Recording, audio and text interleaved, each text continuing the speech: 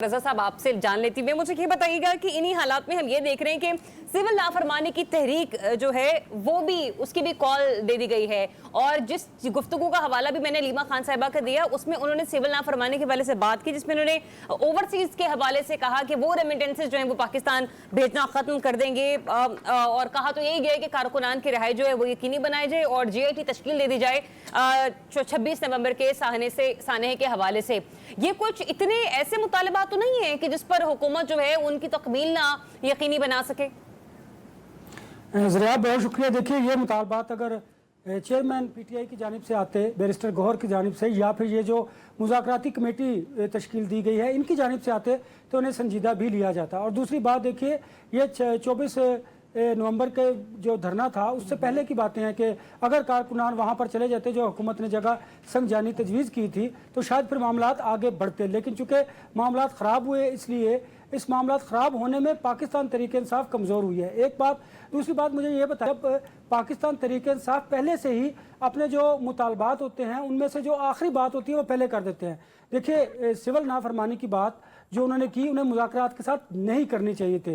ये इमेच्योरिटी है, ये गैर सियासी गुफ्तगू है। इससे हुकूमत को फ़ायदा ये होता है, वो कहते हैं कि देखिए आपने तो पहले ही कहा था कि सिविल नाफरमानी की तहरीक चलाएंगे, लिहाजा मुज़ाकरात में कंडीशंस इस तरह की नहीं होती कि आपको बैकफुट पर जाना पड़े। आपको चाहिए था कि आप मुज़ाकरात की बात करते, लेकिन कोई कंडीशन अगर दरमियान में मौजूद ना हो तो हमारी सियासत का आपने अलमिया देखा है अनवर रज़ा साहब, मुज़ाकरात होते नहीं हैं। जब जब यहाँ से कोई धौंस या धमकी दी जाती है तब तब मुज़ाकरात की टेबल पर आने का या बात करने के हवाले से कोई ना कोई इंडिया सामने आता है गवर्नमेंट की तरफ से भी।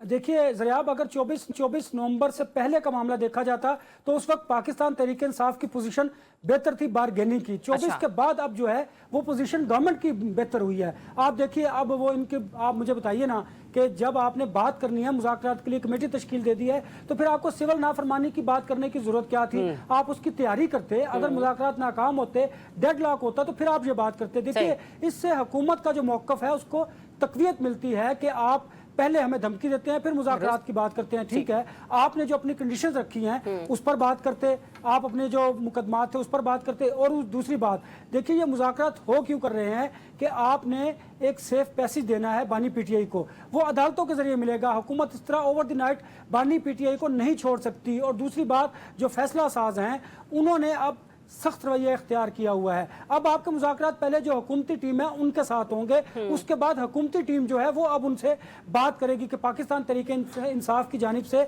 ये मुतालबा सामने आए हैं। अब डायरेक्ट वाली बात जो है वो फिलहाल नहीं है। और मैंने भी आपको कहा था कि इस धरने के बाद इमरान खान पर मुश्किलात होंगी और फरवरी तक तो आप भूल जाइए कि उनको किसी ना किसी तरह का रिलीफ मिलेगा। आप देखिए कि उनके मुकदमात किस तेजी से बढ़ते चले जा रहे हैं। अब जो सोशल मीडिया पर जो कुछ हुआ उसका जिम्मेदार भी नहीं ठहराया जाएगा, इन पर मजीद मुकदमात भी कायम चले वो प्रोग्राम में आगे चलकर इसके ऊपर बात करते। आज बुशरा बीबी अदालत में उन्होंने अपनी हाजिरी को यकीन, जिसके बाद जज साहब ने नाकाबिले जमानत वारंट गिरफ्तारी जो थे उनके जो जारी किए थे वो भी वापस ले लिए गए।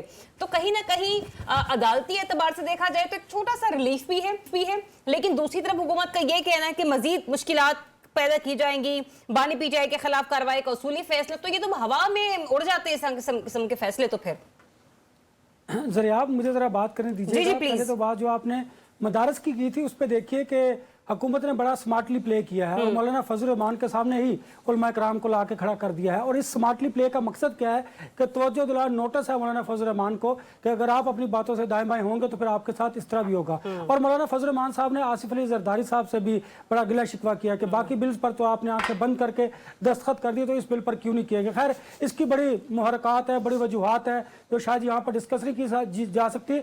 और रजी साहब, आपने ये बात दुरुस्त की। देखिए, प्रोसिक्यूशन एक ही है, लेकिन यह मुकदमात पर डिपेंड करता है, शख्सियात पर डिपेंड करता है कि किसको कितना रिलीफ देना और किसको कितना रिलीफ नहीं देना। इससे मैं जोड़ता हूँ बुशरा बीबी के मामला पे, चूंकि आज उन्होंने हाजिरी को यकीनी बनाया इसलिए उनको एक खातून होने की वजह से भी और हाजिरी यकीनी बनाने की वजह से भी आपने उनके नाकाबिले जमानत जो वारंट गिरफ्तारी थे वो खत्म कर दिए गए। दूसरी बात यह है कि देखिएगा कि आप जो अदालतों में प्रोसिक्यूशन कमजोर केस पेश करेगा तो अदालतें रिलीफ देंगी। अदालतों ने कवानीन को देखना होता है, फिर अदालतों ने यह भी देखना होता है कि ये किसका केस है और इसको क्यों कर रिलीफ दिया जा रहा है। देखिए, ये एक हकीकत है, इसे हमें तस्लीम करना पड़ेगा। इसी वजह से इदारे पोलिटिसाइज हुए हैं, पोलराइजेशन बढ़ता चला जा रहा है। आम आदमी इसलिए रो रहा है कि क्या आप एक शख्स को जो सियासी मजबूत आदमी है उसे तो रिलीफ दे रहे हैं और एक आम आदमी देखिए ना, आम आदमी से इमरान रजी साहब भी है, वो भी चीख रहे हैं कि मेरा 4.5 बरस केस चलता रहा, उन्हें तो रिलीफ नहीं मिल सका। क्यों नहीं मिल सका? इसकी बहुत बड़ी वजह भी है। अभी भी कंटिन्यूटी में है इनका केस। साहब केस चल रहा होगा ना अभी भी। अच्छा देखिए ना, ये डिपेंड करता है, और ये बात दुरुस्त है। बहुत सारी ऐसी चीजें हैं कि जो होने से पहले हमें भी मालूम होता है कि ऐसा होना है, क्योंकि ऐसा तय किया जाता है। तो लिहाजा इस बात पर कि किसको रिलीफ मिलना है, किसको रिलीफ नहीं मिलना, ये फैसला कहीं और पर होता है। अगर हम इसी तरह चलते रहे तो फिर माशरा इसी तरह ज़ुबू हाली का शिकार होता रहेगा और हमारे इदारे यूं ही तबाह बर्बाद होते रहेंगे। लिहाजा अब ये पॉलिटिशियंस ने और तमाम इदारों ने बैठकर ये फैसला करना है कि अगर हमने हकीकी मायनों में मुल्क को आगे लेकर चलना है तो फिर हमें यहाँ पर कानून की पासदारी करनी होगी, और हम फिर कानून सबके लिए एक जैसा होगा। फिर ये इस तरह डिस्क्रिमिनेशन नहीं होगी। अगर आप इस तरह ही करते चले जाएंगे तो फिर हालात खराब हो वही बात जाएंगे। आगे अक्सर बात करते हैं